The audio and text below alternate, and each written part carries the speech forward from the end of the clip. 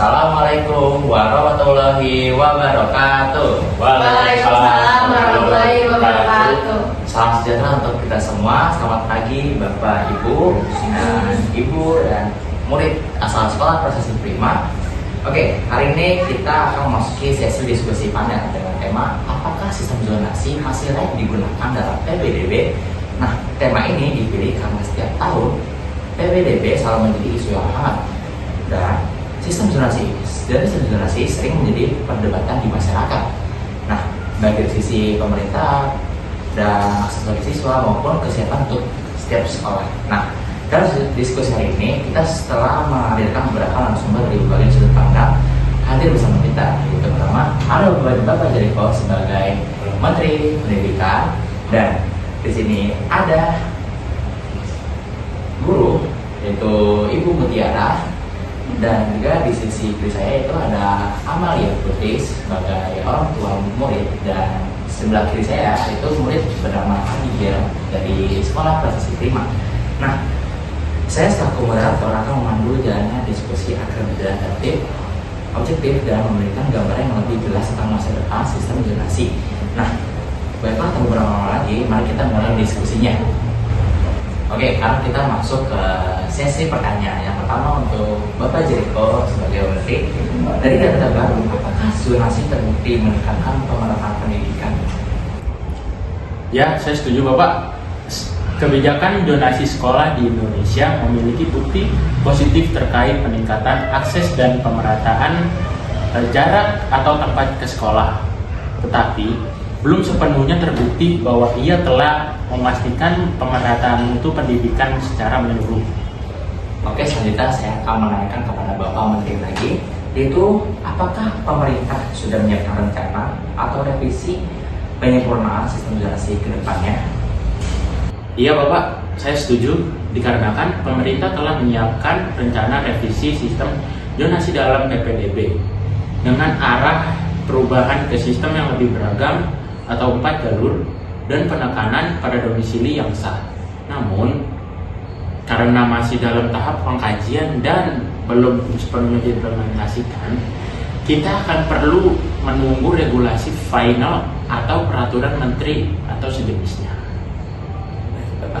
Oke, selanjutnya untuk Ibu Mutiara sebagai guru sekolah, menurut Anda apakah zonasi membuat proses PPDB lebih efektif atau justru menambah tantangan di sekolah? Kalau menurut saya sebagai guru, sistem zonasi sebenarnya membantu pemerataan siswa. Sekolah jadi menerima anak-anak dari berbagai latar belakang tanpa hanya mengutamakan nilai yang tinggi. Dari sisi efektivitas, zonasi mempermudah administrasi dan membuat penerimaan lebih transparan.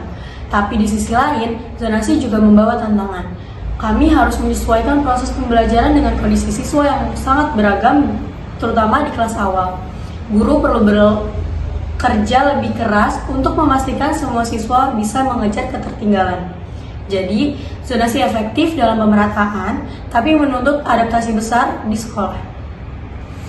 Oke, selanjutnya saya akan bertanya kepada Ibu Mutiara, yaitu seberapa besar gap kemampuan siswa yang memasuki melalui zonasi mempengaruhi proses sistem belajar? Menurut saya, gap kemampuan itu cukup terasa di kelas. Ada siswa yang sudah kuat secara akademik, sementara yang lain masih butuh waktu untuk memahami dasar-dasar materi. Sebagai guru, saya harus membuat strategi pembelajaran yang lebih diferensiatif, seperti memberikan pendampingan tambahan, remedial, dan metode belajar yang lebih variatif. Walaupun tantangan ini cukup besar, saya melihat bahwa dengan pendekatan yang tepat, siswa dengan kemampuan yang awalnya berbeda tetap bisa berkembang. Gap itu memang mempengaruhi ritme belajar, tapi bukan berarti tidak bisa diatasi. Oke, selanjutnya untuk orang tua, yaitu Ibu Amel. Dari perspektif orang tua, apakah zonasi dirasakan adil dalam praktiknya?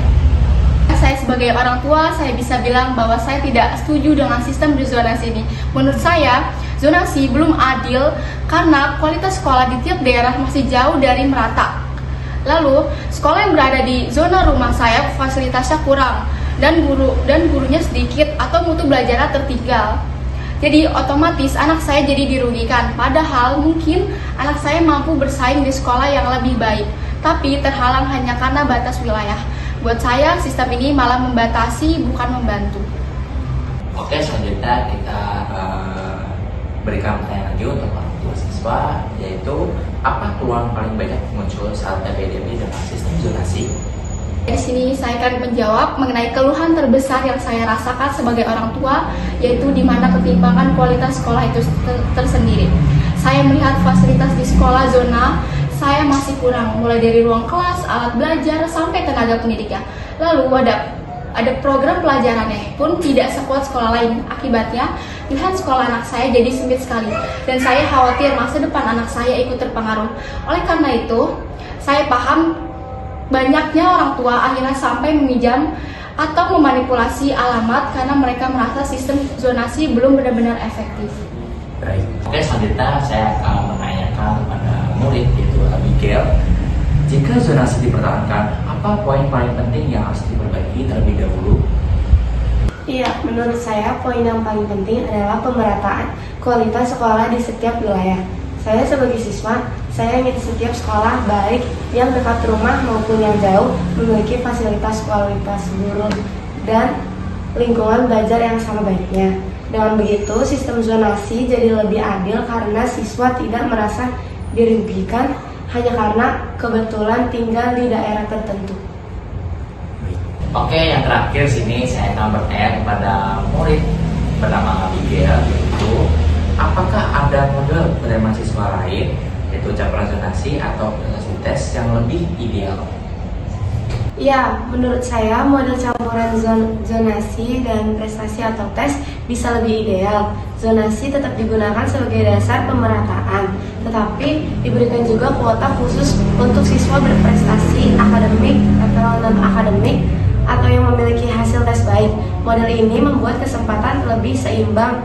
Sekolah tetap menerima siswa sekitar, tetapi juga memberi ruang untuk siswa yang ingin berkompetensi secara prestasi. Baik, setelah kita mendengarkan dari berbagai pandangan dari narasumber, dapat kita simpulkan bahwa sistem zonasi memiliki tujuan mulia, yaitu pemerataan akses pendidikan dan mengurangi ketimpangan antar sekolah.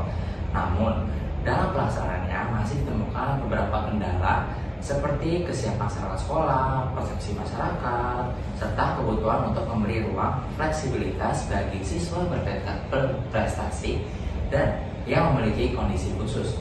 Dari sisi guru, zonasi dianggap dapat membantu pemerataan kelas, namun perlu diimbangi peningkatan kualitas sekolah. Dari sisi murid, ada yang merasa terbantu karena dekatnya dengan sekolah, tetapi ada pula yang merasa kesempatan terbatas. Sementara orang tua menekankan perlu transparansi dan keadilan dalam proses PPDB, dan dari pihak pemerintah sistem ini masih relevan, namun akan terus dievaluasi agar lebih efektif dengan kondisi ke lapangan. Dengan demikian, layak atau tidaknya sistem zonasi dipertahankan sangat bergantung pada perbaikan implementasi dan peningkatan kualitas sekolah secara merata. Yang jelas, tujuan akhirnya adalah memastikan setiap anak Indonesia memperoleh pendidikan yang adil dan berkualitas. Oke, terima kasih pada seluruh narasumber dan peserta yang telah mengikuti diskusi ini. Semoga hasil diskusi hari ini dapat memberikan wawasan dan menjadi bahan pertimbangan dalam melihat masa depan PPDB di Indonesia. Wassalamualaikum warahmatullahi wabarakatuh.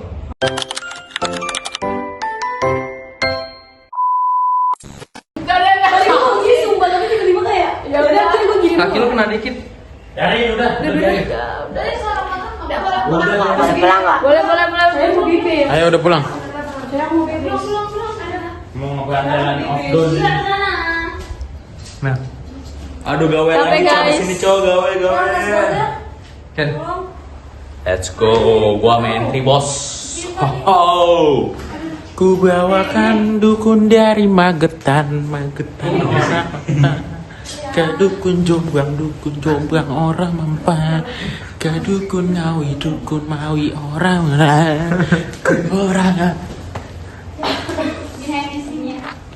Dia mah. Ribuannya